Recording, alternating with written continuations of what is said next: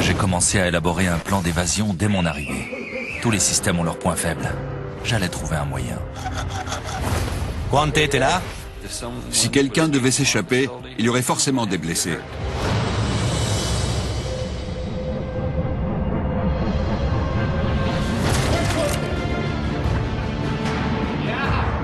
J'étais prêt à tout pour m'échapper.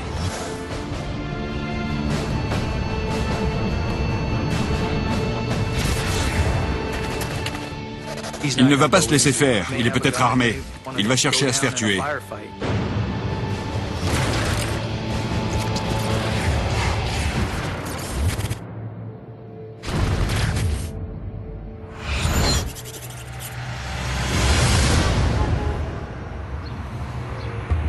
Je m'appelle Quante Adams, j'ai 30 ans.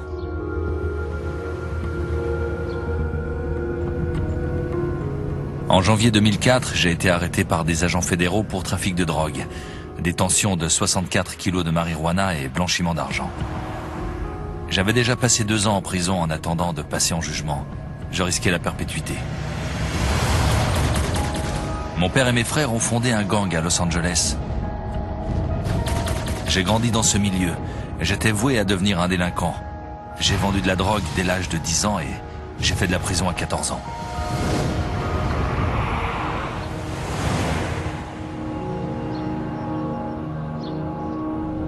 J'étais enfermé depuis 16 ans.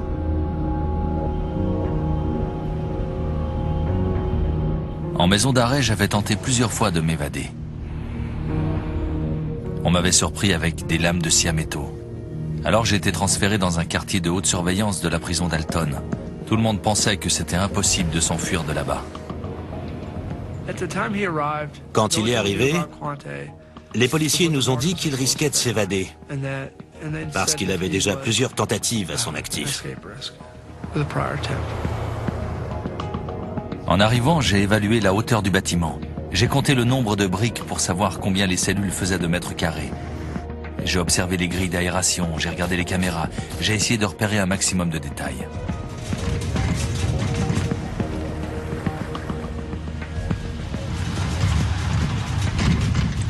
J'allais essayer de m'évader, quoi qu'il arrive.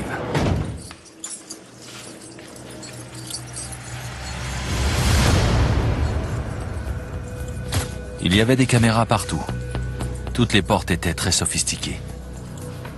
Cette prison était vraiment à la pointe, mais il n'y avait pas assez de moniteurs pour surveiller toutes les cellules.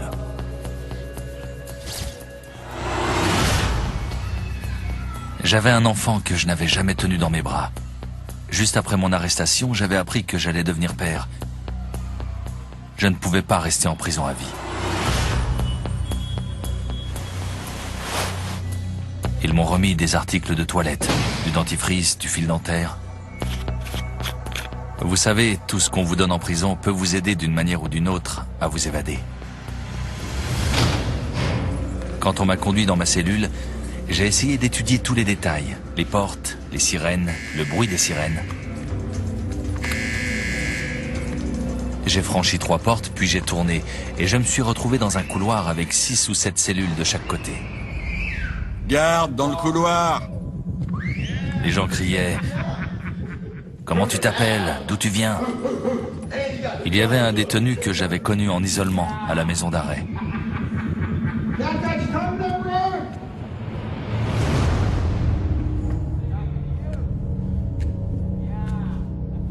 Grâce au système de vidéosurveillance, on dispose de moniteurs sur lesquels on peut voir à l'intérieur des cellules. Comment est le nouveau? On ne le quitte pas des yeux. La caméra n'a pas l'air de le déranger. Quand vous êtes dans votre cellule, vous entendez les gardiens arriver. J'avais le temps d'entendre 3 sirènes retentir avant que l'un d'entre eux arrive à ma cellule. J'ai compris que leur système de sécurité allait pouvoir m'aider.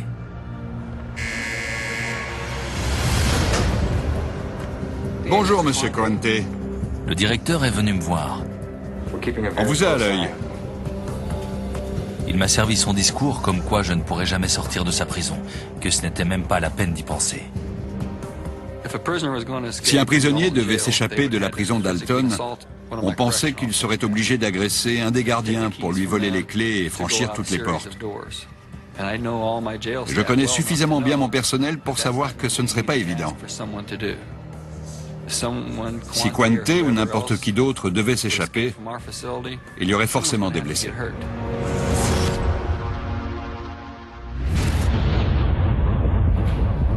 Il fouillait ma cellule tous les jours, il retournait tout. Juste pour être sûr que tu ne vas pas quitter le nid. Il voulait être sûr que je ne fomentais pas quelque chose. Ils plaisantent avec vous, mais en même temps, ils sont sérieux. On faisait notre maximum pour garder un œil sur lui 24 heures sur 24.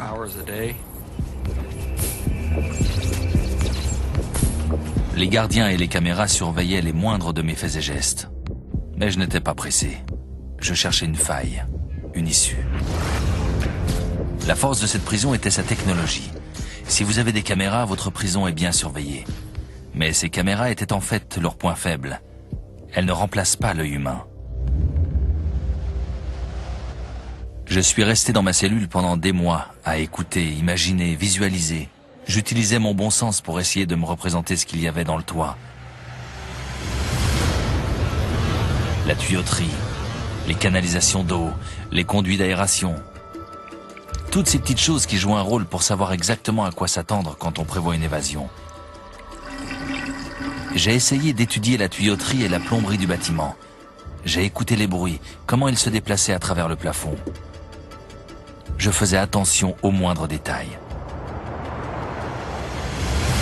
Quand il pleuvait, je sentais une odeur particulière, celle de la pluie sur le béton. Et ça m'a permis de savoir qu'il y avait certainement une grille d'aération dans le toit. Il suffisait que je suive cette odeur. Je savais qu'il y avait une solution. Bien sûr, je cherchais une sortie, mais il y avait 3 portes différentes et chaque fois qu'on se déplaçait, on nous enchaînait. Je n'ai jamais imaginé creuser un tunnel. Le chef de la police était installé juste en dessous. Mais je pourrais peut-être passer par le toit. J'avais le temps. J'avais des journées entières pour réfléchir. Et quand vous avez des journées entières pour réfléchir...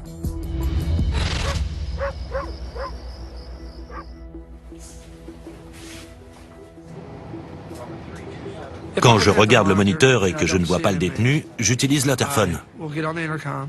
Quante, comment ça va? En général, ils sont enfouis sous leur couverture ou aux toilettes. Laisse-moi tranquille, je suis aux chiottes.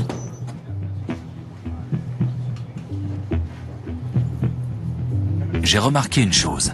La caméra ne filmait pas les toilettes. Si le gardien regarde l'écran de votre cellule, il ne s'inquiète pas. Il pense que vous êtes aux toilettes. L'angle mort derrière les toilettes était réduit, mais je me suis dit que j'arriverais peut-être à creuser un trou là-haut, à travers lequel je pourrais me faufiler. Mon souci, c'était que le plafond était en acier. J'avais besoin d'un outil pour pouvoir le percer. Je n'avais rien d'utile dans ma cellule. Tout avait été conçu dans un souci de sécurité. Il y avait des toilettes scellées au sol et un téléphone pour appeler en PCV, mais il était encastré dans le mur. Il n'y avait pas de fil, pas de corde. Rien. Je savais comment récupérer une lame. Je l'avais déjà fait, on pouvait m'en envoyer une par courrier. Mais ici, impossible, les contrôles étaient trop stricts. Hey Quante, où tu cours comme ça, mon frère? Et puis, j'ai eu une idée. Ils s'entraînent pour les Jeux Olympiques de 2050. Je pouvais peut-être faire envoyer le livre à un autre détenu, mais je n'avais pas confiance. Je ne voulais dépendre de personne. Et puis, je me suis dit qu'il n'avait peut-être pas besoin d'être au courant. Il me faut une lame.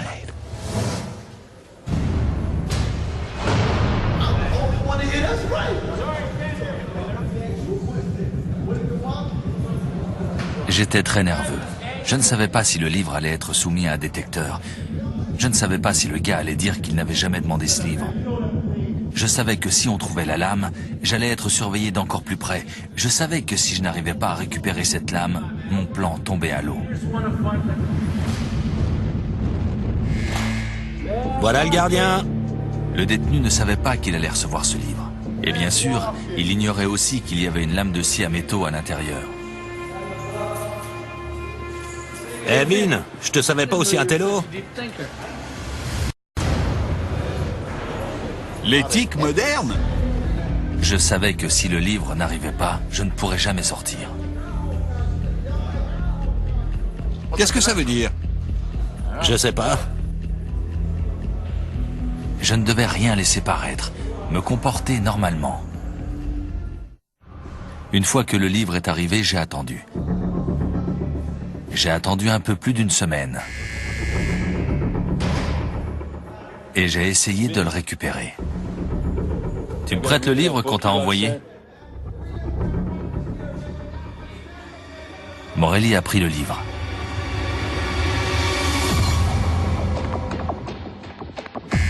Il fallait que je sorte la lame le plus vite possible, que je la cache et que je détruise les preuves. Je l'avais entre les mains. Je me demandais si c'était un piège, si la police allait débarquer et me confisquer la lame. Je voulais être sûr qu'on ne me surprendrait avec rien, même pas un trombone.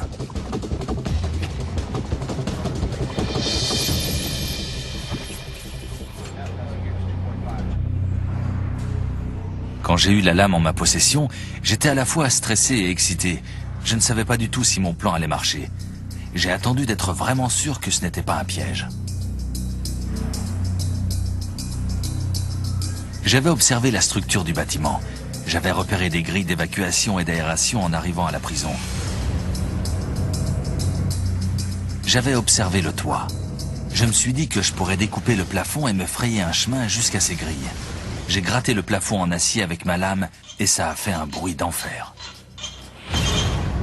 C'est quoi ce bruit? Tu cherches du pétrole? Tu te fais la belle? Hey Quante, tu te creuses déjà un tunnel? J'étais entouré de 18 autres détenus. Au moins 14 d'entre eux étaient des balances prêtes à moucharder pour obtenir une réduction de peine. Je me suis dit que je ne pourrais découper le plafond que s'il y avait beaucoup de bruit dans le couloir. Il fallait qu'ils me couvrent. Je voulais qu'ils fassent diversion sans même le savoir. Tous ces types crevaient d'ennui. Ils auraient fait n'importe quoi pour s'occuper. Victor, fais-moi écouter quelque chose. Hey Quante, j'ai écrit un nouveau couplet. J'allais leur faire de la musique, du rap. Je suis dans mon délire. Lâche-moi, t'es même pas là. Non, c'est pas bon. CJ, montre à Victor comment on fait.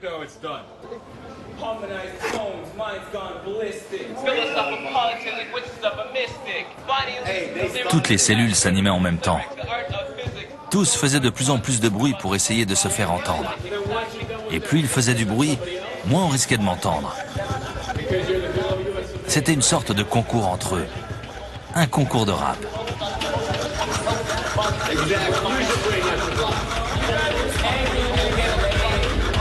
Je crois que j'ai passé 5 jours à gratter et à creuser avant de réussir à faire passer ma lame à travers le plafond. J'étais survolté. J'ai mélangé du savon avec du dentifrice pour faire une sorte de pâte qui pourrait couvrir les marques au plafond. J'ai mis du temps à obtenir un mélange qui adhère. Tant que je surveillais le bruit des sirènes, je savais que j'étais à l'abri des caméras.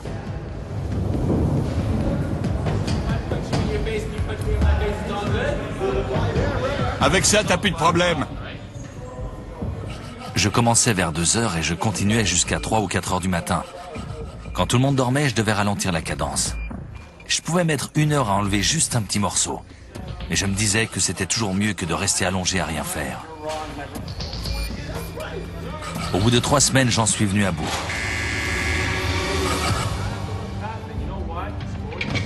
Une plaque s'est détachée dans mes mains et j'ai senti une décharge d'adrénaline. J'étais près du but. La liberté était de l'autre côté de ce trou. J'entendais le gardien approcher et je n'arrivais pas à remettre la plaque à sa place. J'étais paniqué. Garde dans le couloir. Garde dans le couloir.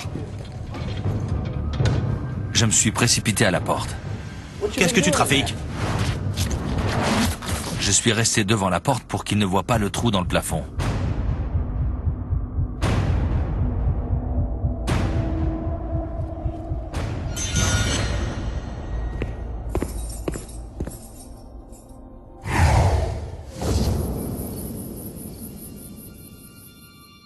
J'étais prêt à tout pour retrouver ma liberté. Je suis monté.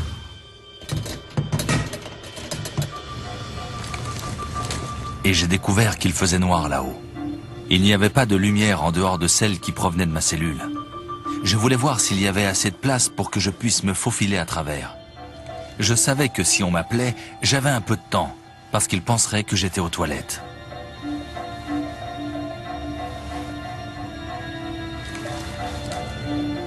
Je pensais que dès que j'aurais réussi à faire une ouverture, je verrais tout de suite un rayon de soleil, de la lumière.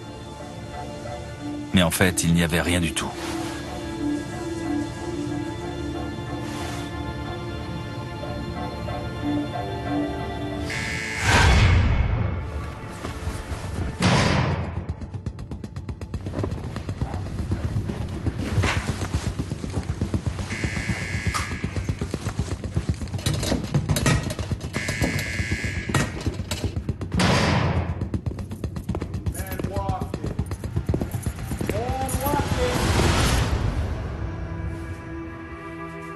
J'étais désespéré.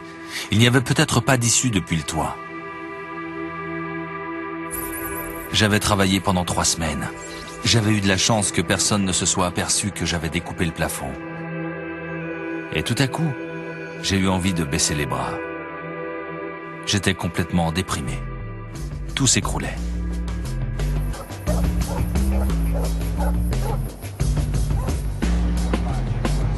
Et puis je me suis dit, tu ne t'es pas donné tout ce mal pour rien. Bats-toi. Contrairement à beaucoup de gens, je considère que rien n'est impossible. Quand on veut vraiment quelque chose, il faut juste être prêt à faire des sacrifices.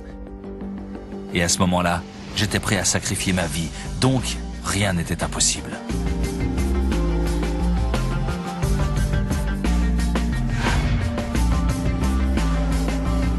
Je me suis dit qu'il devait y avoir un chemin jusqu'à cette grille d'aération que j'avais repérée en arrivant à la prison. Peut-être qu'au-dessus de mon plafond, il y avait encore un autre niveau qui menait à cette grille.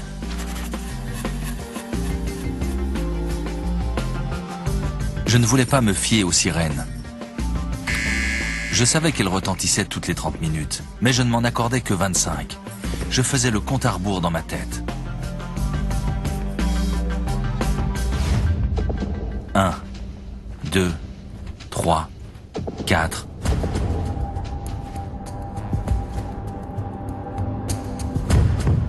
J'ai cogné contre le toit et j'ai compris qu'il ne donnait pas directement sur l'extérieur, qu'il y avait encore quelque chose au-dessus.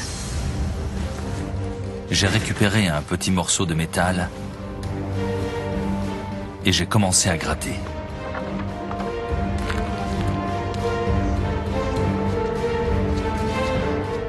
Très vite, j'ai réussi à faire un trou.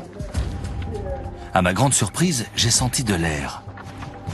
Quand le trou est devenu suffisamment grand, j'ai senti un léger courant d'air et j'ai aperçu de la lumière. Je me suis dit que c'était bon. Après, j'ai enlevé un morceau d'isolant.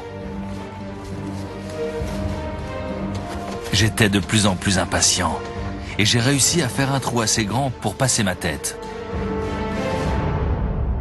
La grille était là. J'ai vu la lumière et je me suis dit, voilà ce que je cherchais.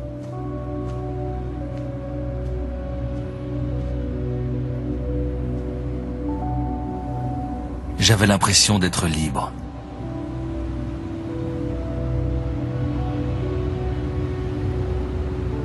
J'étais heureux, j'étais fou de joie. J'ai vu la lumière et je me suis dit, voilà les fameuses grilles d'aération que je cherchais. La seule chose qui me séparait de la liberté, c'était ces quelques morceaux de métal que je réussirais à découper en quelques secondes avec ma lame. Quante, t'es là? T'es aux toilettes? Quante?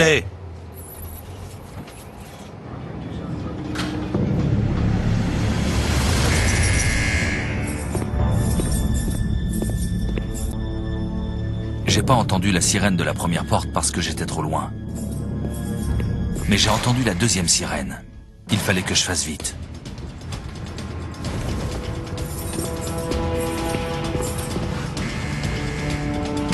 À la troisième sirène, je savais qu'il était dans le couloir. Il faut que j'atteigne cette porte. Il faut que j'atteigne cette porte.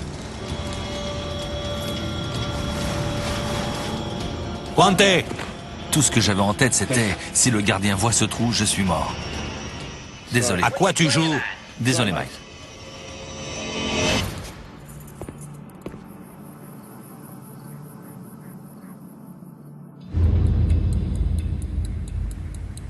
Je savais que je prenais des risques en montant dans le toit, mais j'avais besoin de passer du temps là-haut pour observer et réfléchir. J'allais faire une corde avec ma couverture, détacher la grille et descendre du bâtiment. Mais je ne voulais pas me retrouver dehors avec nulle part où aller.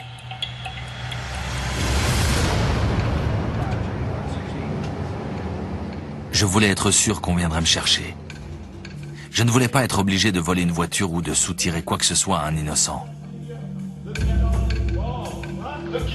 J'aurais pu appeler quelqu'un de ma famille, mais après mon évasion, je me doutais que la police mettrait tous les gens de mon entourage sous surveillance. C'était un vrai problème. Et puis, j'ai eu de la chance. J'ai le numéro d'une fille. Femme blanche, célibataire, 40 ans. Cherche à correspondre avec un homme noir célibataire. Ouais, pas mal. Je suis plutôt bronzé, moi. C'est bien la première fois que j'aimerais être noir.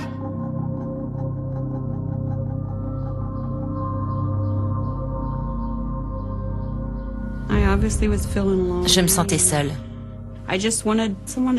J'avais envie de m'occuper de quelqu'un. J'étais déjà sortie avec toutes sortes d'hommes, mais jamais un noir.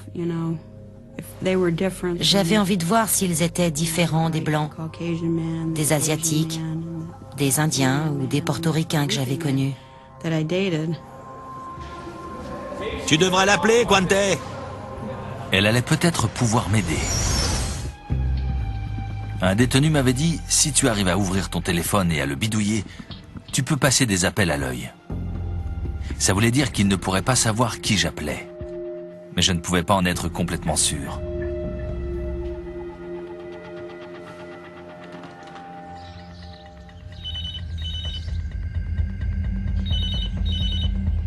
Allô? J'ai entendu sa voix tout angélique à l'autre bout du fil. J'ai vu ton annonce dans le journal. Ah, bonjour. C'était tellement mignon. Tu serais partante pour correspondre avec un détenu?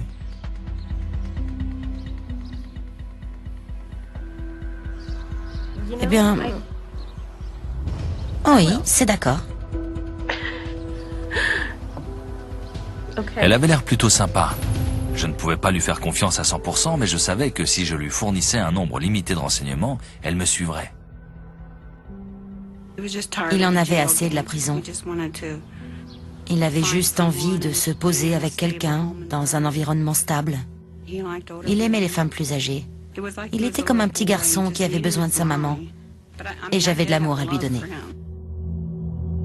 Qu'est-ce qu'elle attendait de moi?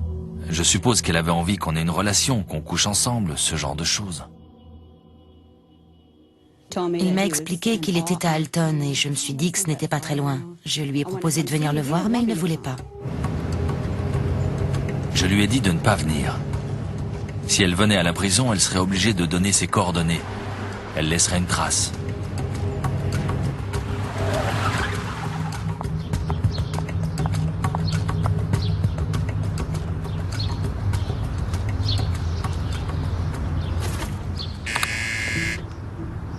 Je suis ici pour voir Quante Adams. Je ne sais pas si je suis très naïve ou si son charme m'a aveuglée, mais tout ce que je me disais, c'était qu'il était un pauvre petit innocent qui avait été emprisonné à tort.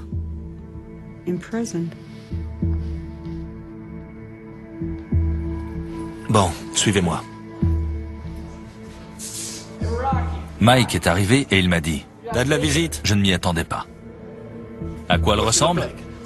Il a fait la grimace avec l'air de dire « Tu vas être déçu. »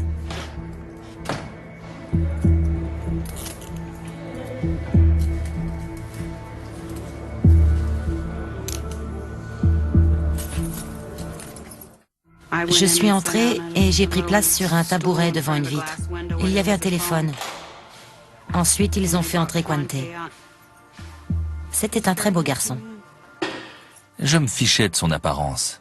Elle avait une certaine ouverture d'esprit et c'était ce qui comptait pour moi. Salut. Salut. Comment ça va? Bien, merci. J'ai failli m'habiller sexy. Pas de problème. Tu es classe, je préfère. Merci. Il m'a demandé de me lever et de marcher. Je suppose que c'était pour vérifier la marchandise.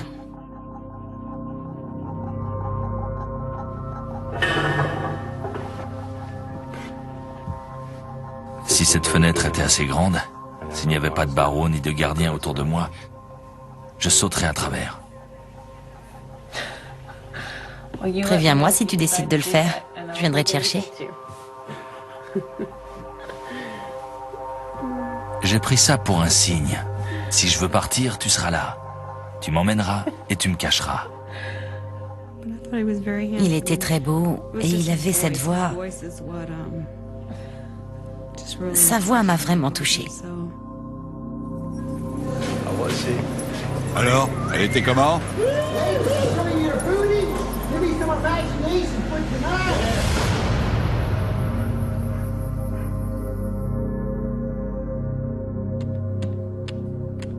Parfois, il m'appelait à 2-3 heures du matin, ou même à 5 heures du matin.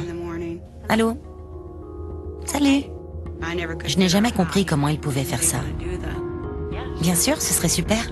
Je serais contente de revenir. Il me disait qu'il avait toute confiance en son avocat, qu'il avait été injustement incarcéré et qu'il allait bientôt sortir. Hé, Conte, comment va ta petite copine? Je ne faisais pas complètement confiance au téléphone, même si je l'avais trafiqué. Il fallait que je trouve un autre moyen de transmettre des informations à Tania.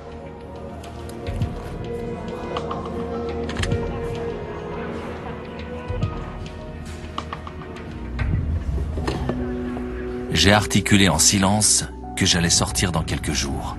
Elle a lu sur mes lèvres et je lui ai dit « J'ai besoin d'une voiture ». Il tenait une enveloppe à la main et il m'a indiqué le timbre à plusieurs reprises pour que je comprenne qu'il y avait un message dessous. Je me disais que ce devait être des mots doux ou des allusions sexuelles, ce genre de choses. Elle m'a regardé et elle m'a dit « D'accord, je comprends ce que tu veux dire ». Je transgressais ma règle d'or, ne faire confiance à personne. C'était une grossière erreur. Je suis sortie et j'ai regagné ma voiture. J'ai tout de suite regardé sous le timbre de l'enveloppe. Je m'attendais à des je t'aime. Mais il avait écrit « Si moi ou quelqu'un de ma famille appelle pour dire que je sors, j'ai besoin que tu viennes me chercher à l'angle de Washington et Broadway. » J'étais un peu déçue. J'avais pris toutes mes dispositions, mais un détail m'inquiétait encore, les rondes toutes les 30 minutes.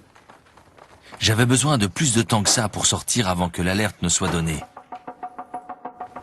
Je me suis dit que je pourrais peut-être fabriquer une sorte de mannequin pour donner l'illusion que je suis endormi dans mon lit. Je me disais que j'allais bientôt sortir, que ça allait marcher.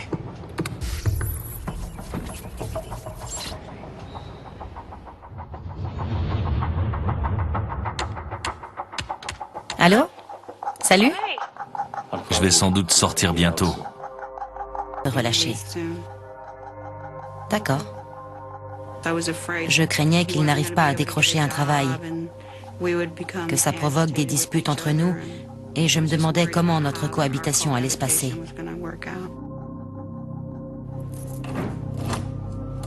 Je me demandais encore comment j'allais fabriquer mon mannequin, et j'ai eu un coup de chance.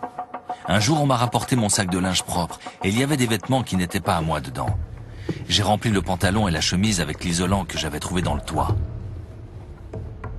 Ensuite, j'ai pris une boîte de biscuits pour faire la tête et une pièce d'échec pour le nez. Puis j'ai pris un t-shirt et je l'ai noué autour de la tête. J'avais de toute façon prévu de positionner la tête dos à la caméra. J'ai fabriqué toutes les pièces dont j'avais besoin et je les ai cachés dans le toit.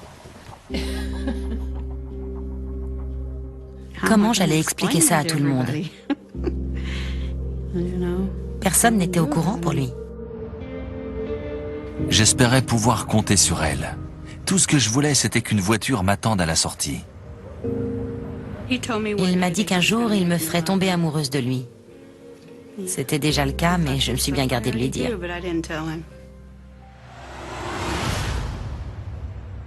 Les derniers jours avant mon évasion, j'ai passé le plus de temps possible là-haut, dans le toit, pour observer. J'ai regardé les visiteurs aller et venir. J'ai vu les gardiens quitter leur travail et d'autres prendre leur service. J'ai vu la police partir en patrouille. Et j'ai décidé que je partirais le lendemain soir et que rien ne pourrait m'arrêter.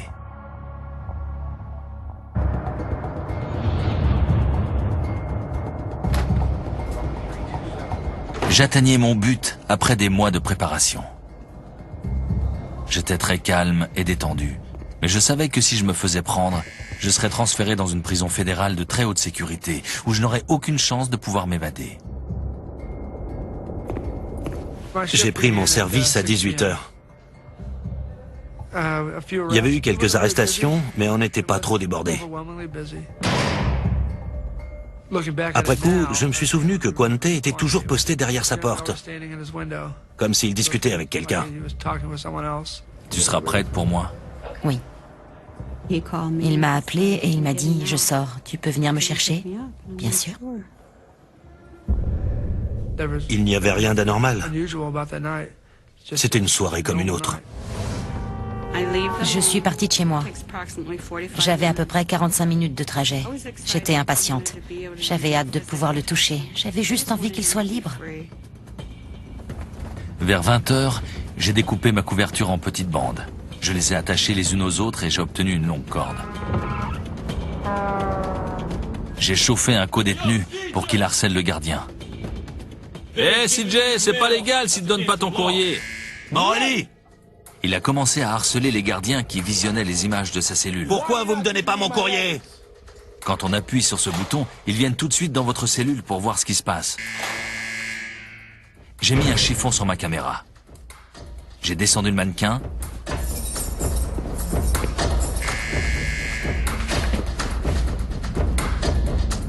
Et j'ai enlevé le chiffon.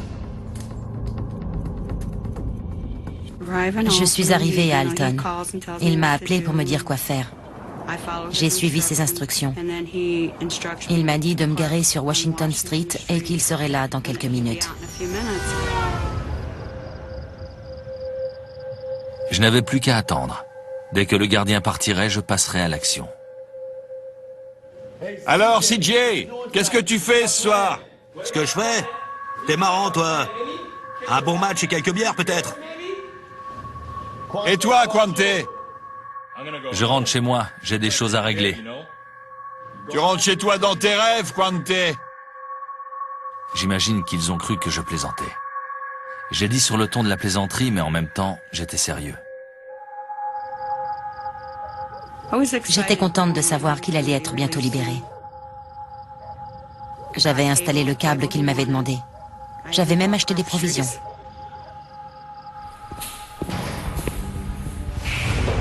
Dès que Morelli a terminé sa ronde, je me suis précipité. J'allais vite, mais j'étais méthodique. Le corps d'abord, la tête, puis les bras. Le mannequin devait me faire gagner du temps. Il fallait qu'il soit réussi. J'ai enlevé la plaque au plafond, je suis monté.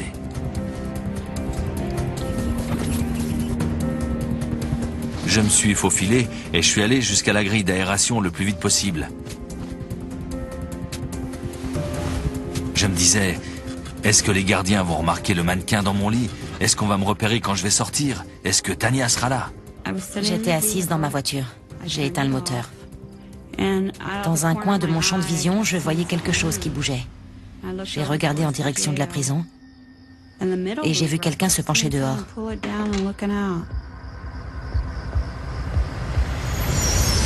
Dans la rue, un camion arrivait. Il avait ses phares allumés et ils éclairaient la grille d'aération. J'espérais qu'il n'allait pas me repérer. J'ai enlevé la grille et j'ai laissé tomber la corde. Et tout à coup, j'ai vu quelqu'un surgir et descendre en rappel le mur de la prison. Je n'en croyais pas mes yeux. Mon cœur s'est serré. Je suis descendu tellement vite le long de la corde que je me suis brûlé la paume des mains. Je me suis laissé tomber. Oh mon Dieu, je pouvais pas y croire. On a tous les deux touché la portière au même moment. On a tous les deux eu un coup au cœur, mais pas pour les mêmes raisons. Ouvre la porte, ouvre la porte! J'ai eu un coup au cœur parce que c'est à ce moment-là que j'ai compris. Mais bon sang, il vient de s'évader de prison. Ouvre la porte! Je me suis dit qu'elle était vraiment nerveuse. Ouvre la porte! Ouvre la porte! Elle aurait dû laisser la portière ouverte. Et puis j'ai vu l'expression de tristesse sur son visage. Et je l'ai laissé entrer.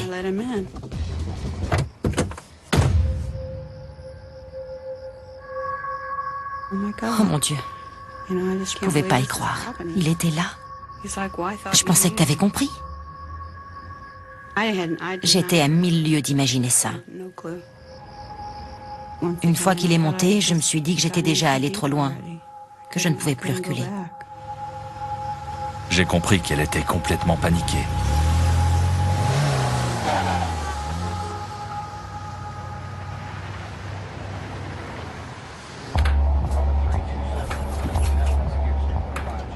« 4 heures du matin, c'est l'heure où les radios locales viennent prendre les noms des gens qui ont été incarcérés pour des délits mineurs, avant de les diffuser sur les ondes. Salut Mike, ça va? Et il m'a demandé Vous faites des travaux dehors? pourquoi.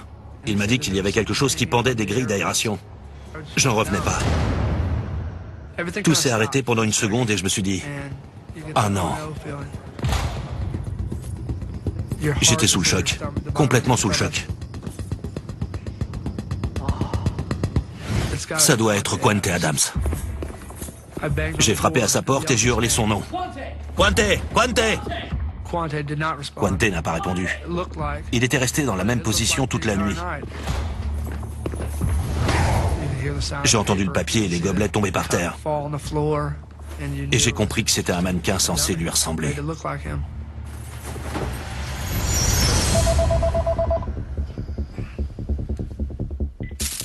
J'ai répondu au téléphone en sachant qu'il y avait certainement un problème quelque part. Et la première chose qu'il m'a dite, c'est « Quante s'est évadé ». J'ai cru que j'allais vomir. Après avoir raccroché, j'ai appelé le commissaire, l'adjoint et le chef de la police. « Tire-le de son lit. Entendu, au revoir. » On m'a appelé au milieu de la nuit pour me dire qu'un détenu s'était évadé. C'était un sentiment très étrange. On pensait que c'était très difficile, voire impossible, de s'évader de la prison si toutes les procédures étaient respectées. On va chez moi? Mon idée, c'était de nous cacher à proximité et d'appeler quelqu'un de confiance pour qu'on vienne me chercher. On pourrait prendre une chambre dans un motel quelques jours, le temps que ça se calme. Il fallait que je quitte la route au plus vite. Je me fiche de l'heure qu'il est, Murray. Je veux des barrages à chaque route d'accès à l'entrée et à la sortie d'Alton, et tout de suite. C'était la panique quand je suis arrivé. Je suis allé directement au centre de contrôle, puis je suis monté à la prison. Je voulais tout voir de mes propres yeux.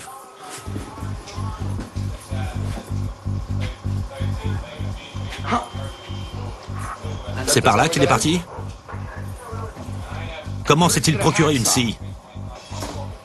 C'est bon. Il fallait qu'on détermine une amplitude horaire. S'il ne s'est écoulé que quelques minutes, alors le prisonnier n'est pas loin. S'il est parti depuis une demi-heure, alors il peut être à 50 km et il faut élargir les recherches à un périmètre de 100 km.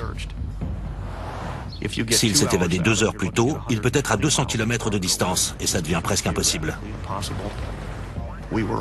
Et on était déjà dans l'impossibilité de mettre en place un périmètre de sécurité.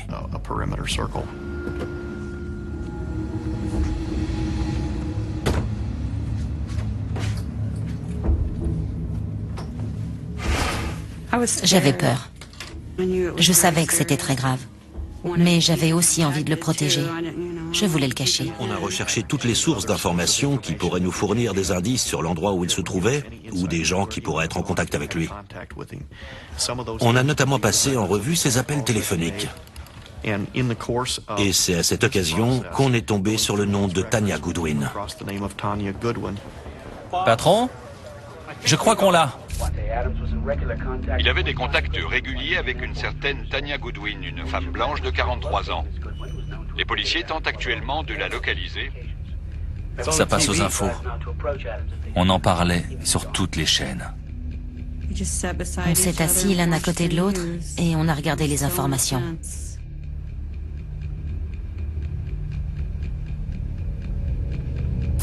Je me suis dit qu'il valait mieux qu'elle rentre chez elle et qu'elle attende que la police vienne l'interroger. Je ne veux pas t'attirer plus d'ennuis. Je savais qu'ils allaient l'interroger. Il a pris l'annuaire et il a passé en revue la rubrique concernant East Saint-Louis. Dis-leur que tu m'as déposé devant le fast-food de State Street. Tu m'as déposé et je suis parti. Ça semblait facile. J'étais sûre que j'arriverais à convaincre les policiers. S'il lui mettait vraiment la pression, elle risquait de craquer et de leur dire où j'étais. Mais je pensais que j'aurais le temps de partir avant qu'ils arrivent.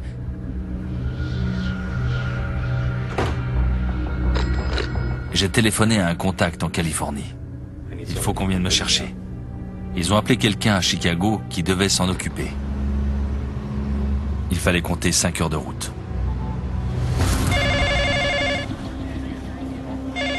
Tanya Goodwin lui avait rendu visite à 2 reprises récemment.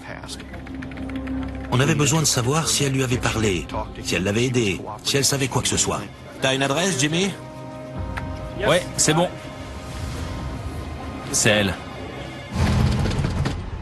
Ils étaient 2 et ils ont cogné à ma porte. J'ai ouvert et ils ont déboulé dans la pièce. Où est Quante? Où est ton petit ami? C'est bon. Ils brandissaient leurs armes tout en fouillant l'appartement. Où est Quante? Où est Quante? Où est Quante? Quante? Où est Quante? J'avais vraiment peur. Je m'attendais à ce qu'on vienne me chercher d'ici 1 heure ou 2. Je suis allée le chercher et je l'ai déposé au fast-food de Saint-Louis. C'est faux.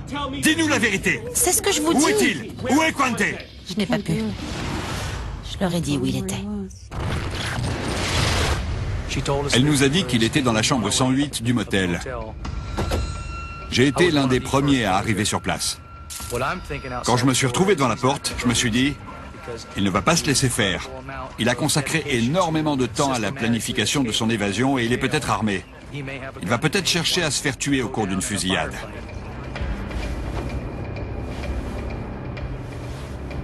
C'est angoissant. On ne sait pas ce qui va se passer. On est à cran. On tremble.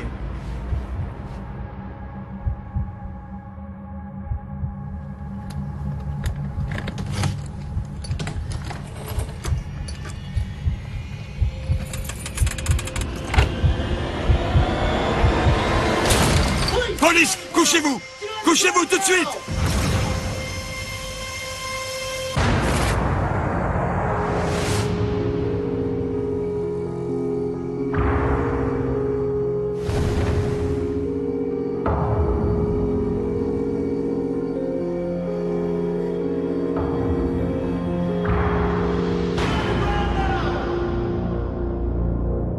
Ça a été le pire moment de ma vie.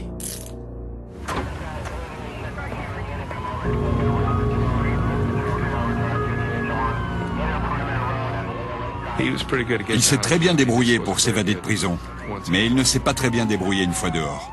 C'est comme ces animaux qui rompent leur chaîne. Après, ils ne savent pas où aller.